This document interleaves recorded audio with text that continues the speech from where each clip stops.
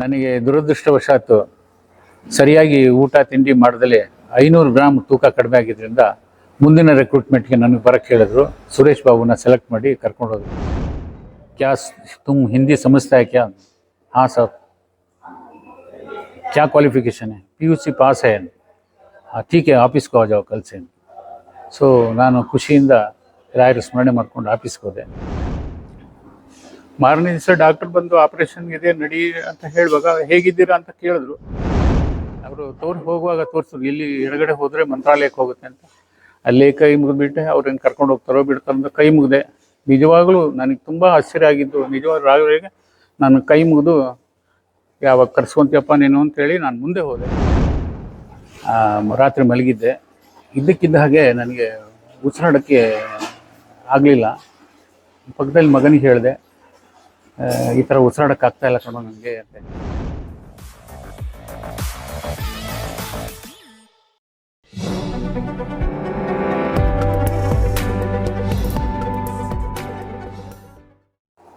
ಪೂಜ್ಯಾಯ ರಾಘವೇಂದ್ರಾಯ ಸತ್ಯಧರ್ಮ ರಥಾಯ ಚ ಭಜತಾಂ ಕಲ್ಪವೃಕ್ಷಾಯ ನಮತಾಂ ಕಾಮಧೇನುವೆ.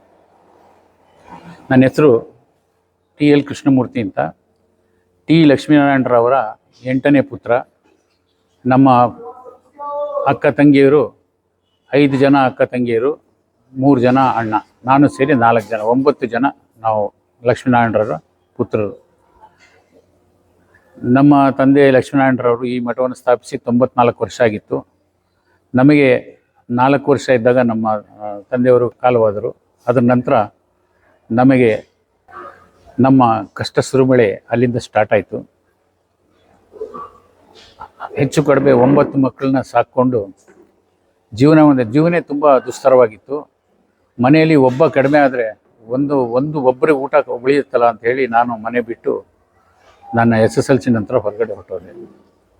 ಆಮೇಲೆ ನನ್ನ ಒಂದು ರಾಯರ ಅನುಗ್ರಹದಿಂದ ನನ್ನ ಅಕ್ಕನ ಮನೆಯಲ್ಲಿ ಒಂದು PUC ಒಂದು ಪಾಸ್ ಮಾಡಿ ವಾಪಸ್ ಬಂದು ಕಡೂರಿನಲ್ಲಿ ನನ್ನ ರಾಯರ ಪವಾಡ ಏನು ನಡೀತು ಅಂತ ನಾನು ನಿಮಗೆ ಹೇಳೋಕ್ಕೆ ಇಷ್ಟಪಡ್ತಾ ಇದ್ದೀನಿ. ಇವತ್ತು ನಾವು ಈ ಒಂದು ಸ್ಥಿತಿನಲ್ಲಿರೋದಕ್ಕೆ ಪುಣ್ಯಾತರು ರಾಘವೇಂದ್ರ ಸ್ವಾಮಿಗಳೇ ಕಾರಣ. ಪ್ರತಿಯೊಂದು ಕಷ್ಟ ಬಂದಾಗ ನಾನು ಅವ್ರನ್ನೇ ನೆನೆಸ್ಕೊತಾ ಇದ್ದೆ. ನಾನು ಬೆಂಗಳೂರಿಗೆ ಹೋಗುವಾಗ ನಮ್ಮ ಸುರೇಶ್ ಬಾಬು ಅನ್ನೋರ ಜೊತೆ ನಾನು ಆರ್ಮಿ ಏರ್ಮೆನ್ ಆಗಿ ಸೇರ್ಕೊಳ್ಳೋಕ್ಕೆ ನಾನು ಅಲ್ಲಿಗೆ ಹೋದೆ. ಕಮ್ಯುನಿಟಿ ರೆಕಾರ್ಡ್ ಇಟ್ಕೊಂಡು ಒಂದೇ ಒಂದು ಚಾರ್ಜ್ನಲ್ಲಿ ಬೆಂಗಳೂರಿಗೆ ಹೋದೆ. ಅಲ್ಲಿ ಹೋದಾಗ ಬೆಳಗ್ಗೆ ಸೆಲೆಕ್ಷನ್ ನಡೀತಾ ಇತ್ತು ಕಬ್ಬನ್ ರೋಡಲ್ಲಿ. ನಾನು ಸುರೇಶ್ ಬಾಬು ಇಬ್ಬರು ಹೋದ್ವಿ. ನನಗೆ ದುರದೃಷ್ಟವಶಾತ್ತು ಸರಿಯಾಗಿ ಊಟ ತಿಂಡಿ ಮಾಡದಲೇ 500 ಗ್ರಾಮ್ ತೂಕ ಕಡಿಮೆ ಆಗಿದ್ದರಿಂದ ಮುಂದಿನ ರಿಕ್ರೂಟ್ಮೆಂಟ್ಗೆ ನನಗೆ ಬರಕ್ಕೆ ಹೇಳಿದ್ರು. ಸುರೇಶ್ ಬಾಬುನ ಸೆಲೆಕ್ಟ್ ಮಾಡಿ ಕರ್ಕೊಂಡು ಹೋದರು. ಏನಪ್ಪ ಮಾಡೋದು ಗತಿ ಅಂತೇಳಿ ರಾಯರಿಗೆ ಕೈ ಮುಕ್ಕೊಂಡು ಕೇಳ್ಕೊಂಡಾಗ 1 ಪೈಸಾ ವಾಪಸ್ ಹೋಗೋಕ್ಕೆ, ಕಡೂರಿಗೆ ಹೋಗೋಕ್ಕೆ ದುಡ್ಡಿಲ್ಲ. ಹೋಗುವಾಗ ನಮ್ಮ ತಾಯಿಯವರು ಅವ್ರಿಗೆ ತಿಳಿದಂಥ ಅಡ್ರೆಸ್ನ ನಮ್ಮ ದೊಡ್ಡಮ್ಮನ ಮನೆಗೆ ಅಡ್ರೆಸ್ ಕೊಟ್ಟಿದ್ದರು. ಅಲ್ಲಿಗೆ ನಾನು ನಡ್ಕೊಂಡು ಹೋದೆ. ಸುಮಾರು ಒಂದು 20 ಕಿಲೋಮೀಟರ್ ಇರ್ಬೋದು. ನಡ್ಕೊಂಡು ಹೋಗಿ ಅವ್ರ ಮನೆಗೆ ಹೋದಾಗ ಅವರು ನನ್ನನ್ನು 1 ತಿಂಗಳು ಊಟ ಹಾಕಿ ಸಾಕಿ ತಕ್ಷಣ ನನಗೆ ಒಂದು ಕೆಲಸಕ್ಕೆ ಒಂದು ದಾರಿ ಮಾಡಿಕೊಟ್ರು. ಒಂದು ಸಣ್ಣ ಒಂದು ಕಂಪ್ನಿನಲ್ಲಿ ಉದ್ಯೋಗ ಮಾಡ್ತಾಯಿದ್ದೆ. ಏನಪ್ಪ ಮಾಡೋದು, ನಾನು ಗ್ರ್ಯಾಜುಯೇಷನ್ ಮಾಡಬೇಕು ಅನ್ನೋ ಒಂದು ಹಠ ಇತ್ತು. ರಾಯರೇ ಕಾಪಾಡಬೇಕು ಅಂತ ಹೇಳಿದೆ. ಬೆಳಗ್ಗೆಯಿಂದ ಸಾಯಂಕಾಲದವರೆಗೂ ಕೂಲಿ ಥರ ಕೆಲಸ. ಅದು ಫ್ಯಾಕ್ಟ್ರಿನಲ್ಲಿ ಕೆಲಸ ಮಾಡ್ಕೊಂಡಿದ್ದಾಗ ಅಲ್ಲಿ ನಾನು ಏನಪ್ಪ ನಂದು ನೀನು ಡಿಗ್ರಿ ಮಾಡೋ ಖರ್ಚು ನಾನು ಹೊರಟೋಯ್ತಲ್ಲಪ್ಪ ಅಂತ ರಾಘವೇಂದ್ರ ಸ್ವಾಮಿಗಳಿಗೆ ಕೇಳಿಕೊಂಡೆ, ಏನಾರು ಹೆಲ್ಪ್ ಮಾಡಿ ಸ್ವಾಮಿ. ಆಗ ಆ ದಿವಸ ನಮ್ಮ ಕಂಪ್ನಿಯ ಪಾರ್ಟ್ನರ್ ಬಂದ್ಬಿಟ್ಟು, ಇಲ್ಲಿ ಯಾರು ಹಿಂದಿ ಗೊತ್ತಿರೋ ಹುಡುಗ ಇದ್ದರೆ, ಇಲ್ಲಿ ಹಿಂದಿ ಗೊತ್ತಿರೋ ಹುಡುಗ ಯಾರು ಇದ್ದಾರೆ ಅಂತ ಕೇಳಿದ್ರು. ಈಗ ಹೊಸದಾಗಿ ಒಬ್ಬ ಹುಡುಗ ಬಂದಿದ್ದಾನೆ, ಹಿಂದಿ ಇಂಗ್ಲೀಷ್ ಎರಡೂ ಬರುತ್ತೆ ಅಂತ ಹೇಳಿದಾಗ ಅವ್ರು ಕರೆದು ಕೇಳಿದ್ರು, क्या तुम हिंदी समझता है क्या? हाँ सर. क्या क्वालिफिकेशन है? PUC पास है. हाँ ठीक है, ಆಫೀಸ್ಗೆ ಹೋಗಿ ಜಾओ ಕಲ್ से. ಸೊ ನಾನು ಖುಷಿಯಿಂದ ರಾಯರ ಸ್ಮರಣೆ ಮಾಡ್ಕೊಂಡು ಆಫೀಸ್ಗೆ ಹೋದೆ. ಆಫೀಸಿನ ಕೆಲಸ ಕೊಟ್ಟರು. 6 ಗಂಟೆವರೆಗೂ ಮಾತ್ರ ಕೆಲಸ ಇತ್ತು. 6:30ಯಿಂದ ಈವ್ನಿಂಗ್ ಕಾಲೇಜು ಆಚಾರ್ಯ ಪಾಠಶಾಲೆಯಲ್ಲಿ BComನ ಡಿಗ್ರಿ ಮುಗಿಸಿ ನಾನು ನನ್ನ ಒಂದು ನನಸು ಮಾಡಿಕೊಟ್ಟಂಥ ರಾಯರಿಗೆ ಧನ್ಯವಾದ ಅರ್ಪಿಸ್ಕೊಂಡು ಡಿಗ್ರಿ ಮಾಡಿಕೊಂಡು ಸ್ವಲ್ಪ ಸಮಯದಲ್ಲೇ ನನಗೆ ಓರಿಯೆಂಟಲ್ ಇನ್ಶೂರೆನ್ಸ್ ಕಂಪ್ನಿಯಲ್ಲಿ ಒಂದು ಉದ್ಯೋಗ ಸಿಕ್ತು. ಆ ಉದ್ಯೋಗದಿಂದ ನಮ್ಮ ಫ್ಯಾಮಿಲಿಗೆ ಬೇಕಾದಂಥ ಸಾಮಗ್ರಿಗಳನ್ನ, ಊಟ ತಿಂಡಿ ಆದ ವ್ಯವಸ್ಥೆಗಳನ್ನ ಮಾಡುವಂಥ ಒಂದು ಕೃಪೆ ರಾಯರು ಕೊಟ್ಟರು. ಇದು ಹೇಗೆ ಅಂತಂದರೆ, ನಾನು ರಾಯರನ್ನ ನಂಬಕ್ಕೆ ನಮ್ಮ ತಾಯಿಯವರು, ನಮ್ಮ ತಂದೆಯವರ ಮರಣಶಯ್ಯೆಯಲ್ಲಿದ್ದಾಗ ಏನು ನನ್ನನ್ನೆಲ್ಲ ಕೈ ಬಿಟ್ಟು ಹೋಗ್ತಾರೆ ಇಷ್ಟೊಂದು ಮಕ್ಕಳು, ಏನು ಮಾಡೋದು ಅಂತ ನಮ್ಮ ತಾಯಿ ಕೇಳಿದಾಗ ರಾಯರಿದ್ದಾರೆ ನೋಡ್ಕೊತಾರೆ. ಅದೇ ಥರ ರಾಯರು ನೋಡ್ಕೊಟ್ರು ನಮ್ಮನ್ನು, ಇವತ್ತವರೆಗೂ ಕಾಪಾಡ್ತಾ ಇದ್ದಾರೆ. ಎಲ್ಲದರಲ್ಲೂ ಆಫೀಸಲ್ಲಿ, ಅಭಿವೃದ್ಧಿನಲ್ಲಿ ಪ್ರತಿ ದಿವಸ ರಾಯರ ಸ್ಮರಣೆ ಮಾಡಿದ್ರೆ ನಾನು ಯಾವತ್ತೂ ಫೇಲ್ ಆಗಿಲ್ಲ. ಇಲ್ಲಿವರೆಗೂ ನನ್ನ ಜೀವನದಲ್ಲಿ ಫೇಲೇ ಆಗಿಲ್ಲ. ಎಲ್ಲದರೂ ರಾಯರು ಕಾಪಾಡಿದ್ದಾರೆ. ಹಾಗೆ ಇದೇ ರೀತಿ ಇರುವಾಗ ಒಂದು ಸಲ ನಾನು ಸ್ಟೇರ್ ಕೇಸಿಂದ ಬಿದ್ದುಬಿಟ್ಟೆ, ತಲೆಗೆ ಹೊಡ್ತಾ ಇದ್ದೆ.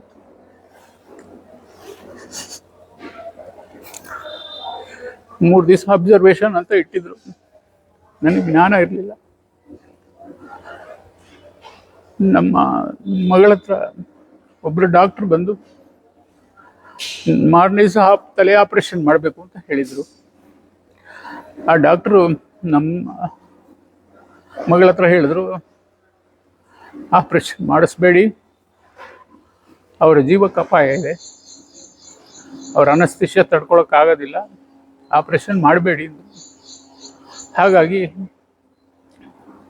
ಮಾರನೇ ದಿವಸ ಡಾಕ್ಟರ್ ಬಂದು ಆಪ್ರೇಷನ್ಗೆ ಇದೆ ನಡಿ ಅಂತ ಹೇಳುವಾಗ ಹೇಗಿದ್ದೀರಾ ಅಂತ ಕೇಳಿದ್ರು. ಚೆನ್ನಾಗಿದ್ದೀನಿ ಡಾಕ್ಟ್ರೇ ಅಂದೆ. ಜ್ಞಾನ ಬಂದಿತ್ತು. ದೇವರು ನನ್ನ ಜೀವನ ಉಳಿಸಿದ್ದಾರೆ, ರಾಯರೇ ಉಳಿಸಿದ್ದೀನಿ. ಇದಕ್ಕಿಂತ ಹೆಚ್ಚು ನಾನೇನು ಹೇಳೋಕ್ಕಾಗೋದಿಲ್ಲ. ಇಂಡಿ ಡಾಕ್ಟ್ರು ಬಂದಿದ್ದು ಮತ್ತೆ ಯಾರು ಅಂತ ಕೇಳಿದ್ರೆ ಯಾರು ಅಂತಲೂ ಗೊತ್ತಾಗಿಲ್ಲ. ಆ ಹಾಸ್ಪಿಟ್ಲಲ್ಲಿ ಇರೋ ಡಾಕ್ಟ್ರು, ಬೇರೆ ಡಾಕ್ಟ್ರು ಯಾರೂ ಗೊತ್ತಿಲ್ಲ ನಮಗೆ. ಆ ರಾಯರು ನಮ್ಮನ್ನು ಉಳಿಸಿರೋದು, ಕಾಪಾಡಿದರು. ಏನೋ ಒಂದು ಒಳ್ಳೆ ಕೆಲಸಕ್ಕೋಸ್ಕರ ಇಟ್ಟಿದ್ದಾರೆ ಅಂತ ಪ್ರತಿ ಸಲ ನಾನು ಇಲ್ಲಿ ರಾಯರಿಗೆ ದರ್ಶನ ಮಾಡೋಕ್ಕೆ ಬರ್ತಾ ಇದ್ದೀನಿ. ಇದು ಅಗಮ್ಮ ಮಹಿಮಾ ಲೋಕೆ ರಾಘವೇಂದ್ರ ಮಹೇಶ ಅಂದರೆ ಪ್ರತಿಯೊಂದು ಮಹಿಮೆನ ರಾಘವೇಂದ್ರ ಕೊಡ್ತಾ ಇದ್ದಾರೆ. ಮೊನ್ನೆ ಇನ್ನೊಂದು ಸಲ ನಾನು ಹೈದರಾಬಾದ್ಗೆ ಹೋಗ್ತಾ ಇದ್ದೆ ಕಾರಲ್ಲಿ.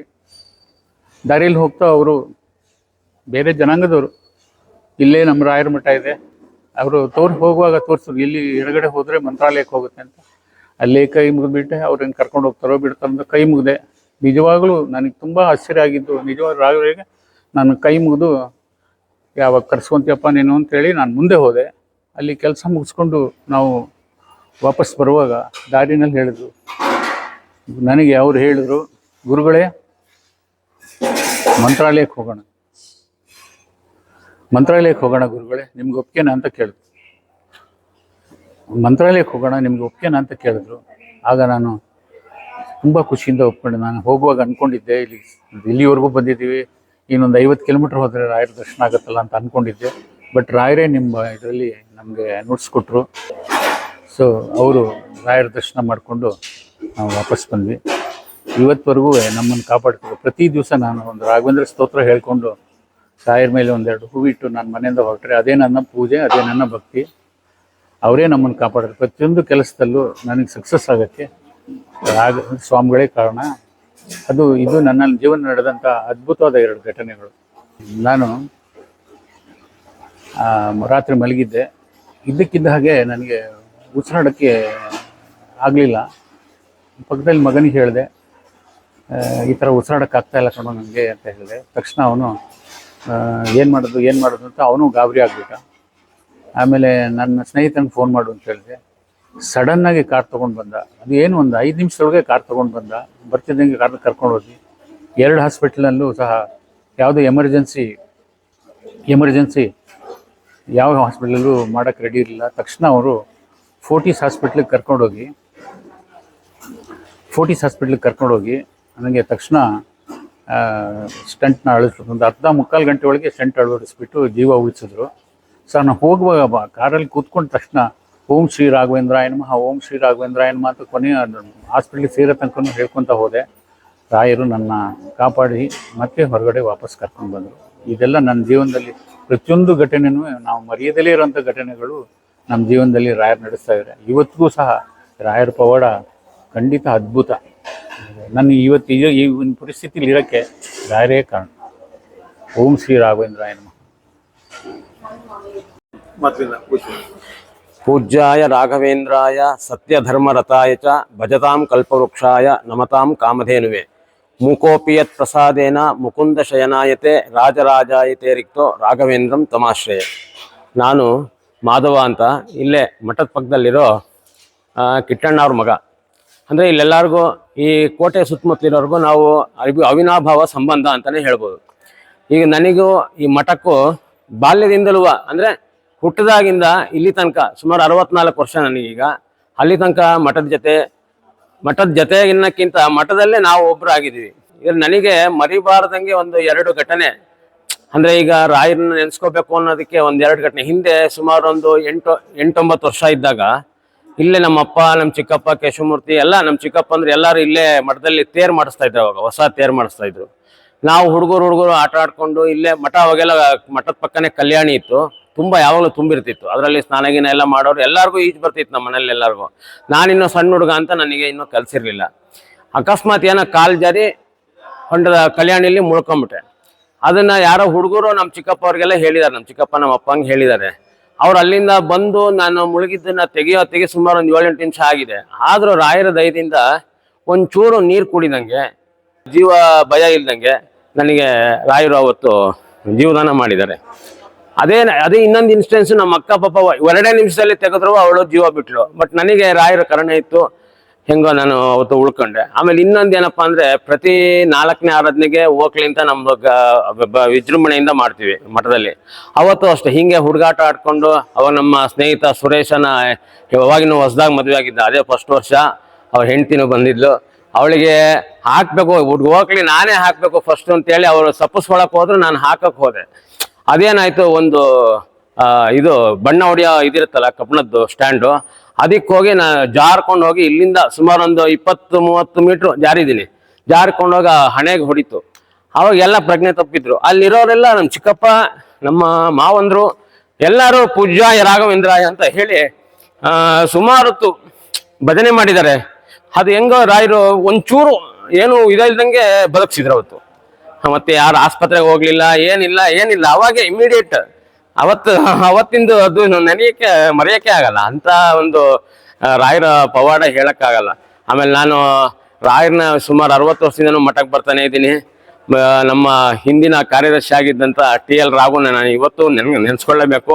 ಅವನು ನನಗೆ ಉತ್ಸಾಹ ಕೊಟ್ಟಿದ್ದೆ. ಅವನು, ನೀನು ಭಜನೆ ಮಾಡ್ತೀಯಾ, ಹಾಡು ಹೇಳ್ತೀಯಾ, ಹೇಳು ಅಂಥೇಳಿ ಸಮಯ ಕೊಟ್ಟು ನನಗೋಸ್ಕರ ಅವ್ನು ಏನಿದ್ರು ಕೂಡ ನನಗೆ ಸಾಯಂಕಾಲದತ್ತು ನನಗೋಸ್ಕರ ಒಂದು ಮೈಕು ಎಲ್ಲ ತಂದ್ಕೊಟ್ಟು ಪ್ರೋತ್ಸಾಹ ಕೊಟ್ಟು ತುಂಬ ಎನ್ಕರೇಜ್ ಕೊಡ್ತಾ ಇದ್ದ. ಅವನು ಇವತ್ತಿಲ್ಲ, ಬಟ್ ಅವನು ನೆನೆಸ್ಕೋಬೇಕು. ಈ ಮುಖಾಂತರ ಹಿಂದಿನ ಕಾರ್ಯದರ್ಶಿ ಆಗಿದೆ ಅಂತ TL ರಾಘು, ಅವ್ನು ನನಗಿಂತ ವಯಸ್ಸಲ್ಲಿ ದೊಡ್ಡವನು. ಬಟ್ ಆದರೆ ನಾವು ಏನಪ್ಪ ಅಂದರೆ ಟ್ರಾಗು ಹೋಗೋ ಬಾರೋ ಈ ಥರನೇ ಮಾತಾಡಿಸ್ತಿದ್ದ ಹೊರತು ನಮ್ಗೆ ಯಾವ ರೀತಿ ನಾವು ಸೆಕ್ರೆಟ್ರಿ ಇಂತಾಗಲಿ ಇದಾಗಲಿ ಏನೂ ಇಲ್ಲ. ಅಂಥವನು ಅನೇಕರಿಗೆ, ನಮಗೆ ಅಂತಲ್ಲ, ಈ ಮಹಿಳಾ ಮಂಡಳಿಗಳಿಗೆ, ಅವರಿಗೆ ಕಲೆಗೆ ತುಂಬ ಪ್ರೋತ್ಸಾಹ ಕೊಟ್ಟು ನಮ್ಮ ಮಠನ ಸ್ವಲ್ಪ ಅಭಿವೃದ್ಧಿ ಪಡಿಸೋಕ್ಕೆ ಅವನು ಪ್ರಮುಖ ಕಾರಣ. ಅವ್ರ ತಂದೆ ಈ ಮಠ ಸ್ಥಾಪನೆ ಮಾಡಿದ್ಮೇಲೆ ನೆಕ್ಸ್ಟ್ ಇವನು ಕಾರ್ಯದರ್ಶಿಯಾಗಿ ಸುಮಾರು ಒಂದು 30-40 ವರ್ಷ ಸೇವೆ ಮಾಡಿದ್ದಾನೆ. ಅವನ್ನ ನಾನು ಇವತ್ತು ಕೂಡ ಮರೆಯೋಕ್ಕಾಗಲ್ಲ, ನೆನೆಸ್ಕೊಳ್ಳೇಬೇಕು. ಈಗ ಅವನ ಮಗ, ಈಗ ಅದೇ ಥರ ರಾಘು ಮಗ ಮನು ಮತ್ತು ರಂಗಣ್ಣಿ ಮಗ ಪವನ ಇಬ್ಬರು ಸೇರಿ ಅದೇ ರೀತಿ ಎಲ್ಲರಿಗೂ, ಸರ್ವಜನರಿಗೂ ಪ್ರೋತ್ಸಾಹ ಕೊಡ್ತಾ, ಬರೀ ಮಾಧ್ವರು ಅಂತಲ್ಲ ಎಲ್ಲ ಜನಗಳಿಗೂ ಪ್ರೋತ್ಸಾಹ ಕೊಡ್ತಾ ಒಟ್ಟಾನ ಇನ್ನೂ ಹೆಚ್ಚಿನ ಅಭಿವೃದ್ಧಿ ಮುಂದುವರ್ಸ್ಕೊಂಡು ಹೋಗ್ತಾ ಇದ್ದಾರೆ. ಅವರಿಗೆ ರಾಯರು ಇನ್ನೂ ಹೆಚ್ಚಿನ ಸೇವೆ ಮಾಡುವ ಭಾಗ್ಯ ಕಲ್ಪಿಸ್ಕೊಡ್ಲಿ ಅಂತ ಈ ಮೂಲಕ ಕೇಳ್ಕೊಳ್ತಾ ಇದ್ದೀನಿ.